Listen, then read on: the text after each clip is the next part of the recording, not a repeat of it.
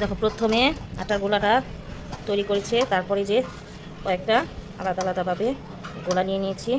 তারপরে তোমাদের দেখাচ্ছি কিভাবে আমরা ঘরে তৈরি করে নিলাম বাহুবান।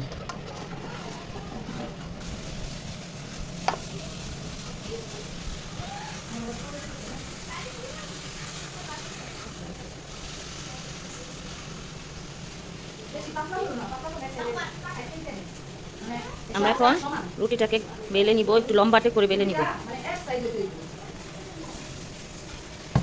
দেখো একটু লম্বাটে হবে, রুটিটা রাউন্ড হবে না।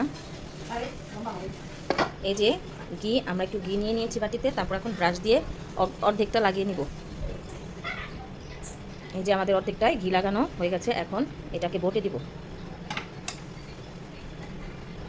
এই যে এভাবে বটে আসবে, তারপরে আমাদের বাহুবালির মানে আমার বারবার বাহুবালি এসে পরে মুখে, আমি কি বলবো বলে, বাহুবানটাকে আমি মিস্টেক করে ফেলি। এই যে বাহুবান রেডি। এখন আমরা এই যে এভাবে,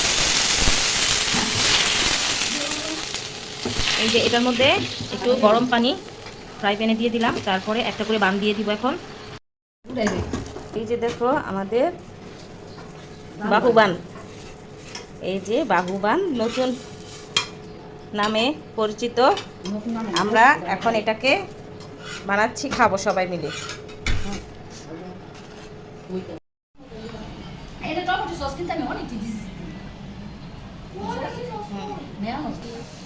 এই যে দেখো আমরা ভিতরের পুরটা দিয়ে রেডি করছি। এখন